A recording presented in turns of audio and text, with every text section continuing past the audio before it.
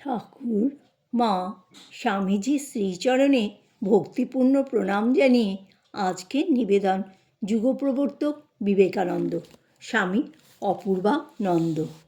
স্বামীজি বৃন্দাবনের পরে হরিদ্বারের পথে হাতরাসে এসেছেন।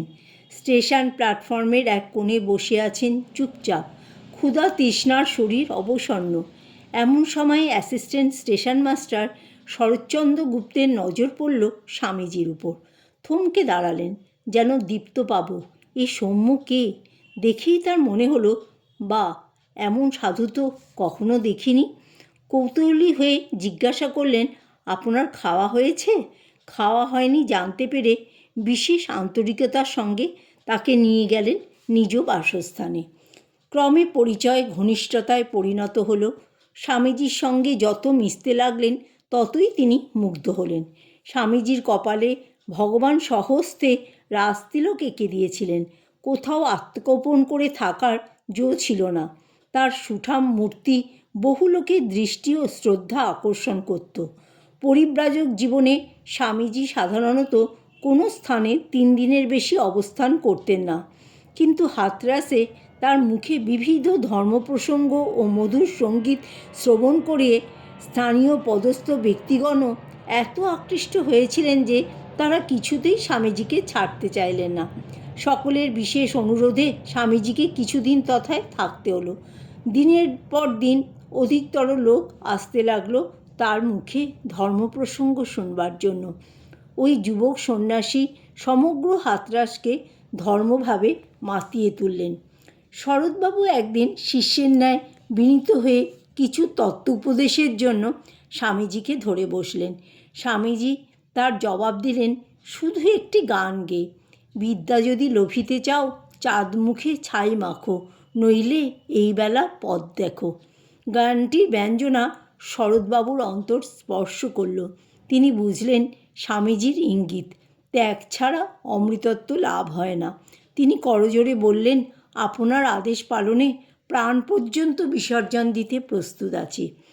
কয়েকদিন হাতরাসবাসীদের প্রাণে উচ্চ আধ্যাত্মিক ভাব জাগ্রত করে স্বামীজি একদিন বললেন যে পরদিনই তিনি ঋষিকেশ যাত্রা করবেন। সন্ন্যাসীর পক্ষে এক স্থানে বেশি দিন থাকা উচিত নয়, কিন্তু শরৎবাবু স্বামীজিকে ছেড়ে থাকতে পারবেন না। তিনি তার অনুগমনের সংকল্প করে প্রাণের ইচ্ছা নিবেদন করলেন। স্বামীজি তাকে পরীক্ষা করার জন্য বললেন, তুমি সত্যি আমার সঙ্গে যেতে প্রস্তুত? পারবে অহংকার অভিমান ত্যাগ করতে? পারবে দারিদ্র্যকে বরণ করে নিতে?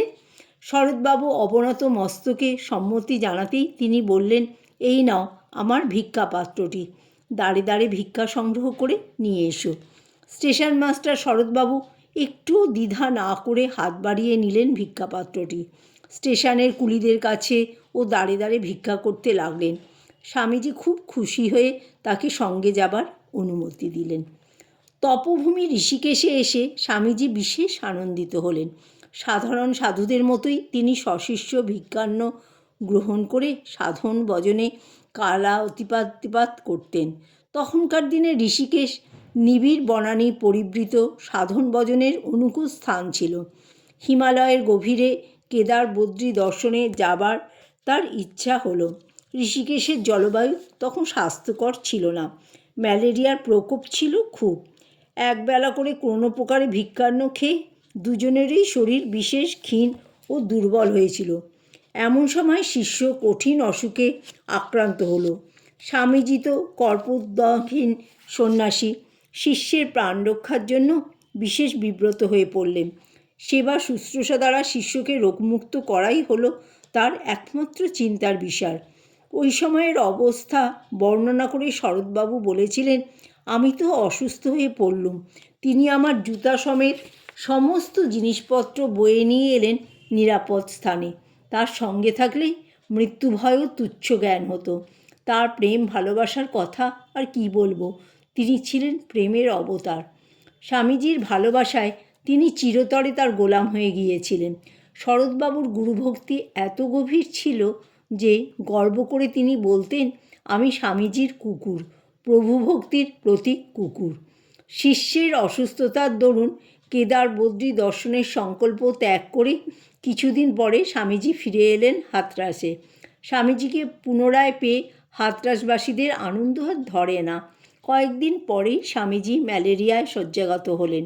শরৎবাবুও পুনরায় জ্বরে পড়লেন। দৈবক্রমে ঠিক সে সময়ে স্বামীজির গুরুভ্রাতা শিবানন্দ বৃন্দাবনের পথে হাতরাসে উপস্থিত হন। স্বামীজিকে অসুস্থ দেখে বরানগর মঠে ফিরে যাবার জন্য তিনি পীড়াপিড়ি করতে লাগলেন। মঠে স্বামীজির অসুস্থতার খবর পৌঁছতেই গুরুভাইরা তাকে ফিরে যাবার জন্য বিশেষ অনুরোধ করে পত্র লিখলেন। দুর্বল শরীরেই তিনি স্বামী শিবানন্দের সঙ্গে বরানগরের দিকে রওনা হলেন।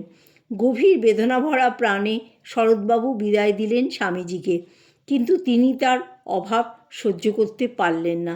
অল্প দিনের মধ্যেই কর্মত্যাগ করে গুরুদেবের সঙ্গে মিলিত হলেন বরানগর মঠে। সাধুসঙ্গের মহিমা অপার। সাধু যেন স্পর্শমণি, যার সংস্পর্শে লোহাও সোনায় পরিণত হয়। তরুণ শরৎচন্দ্র স্বামীজির সংস্পর্শে এসে জীবনের অনিত্যতা বোধ করলেন। তার মনে বিবেক ও বৈরাগ্যের উদয় হলো। শ্রেয় লাভের পথ তিনি বেছে নিলেন।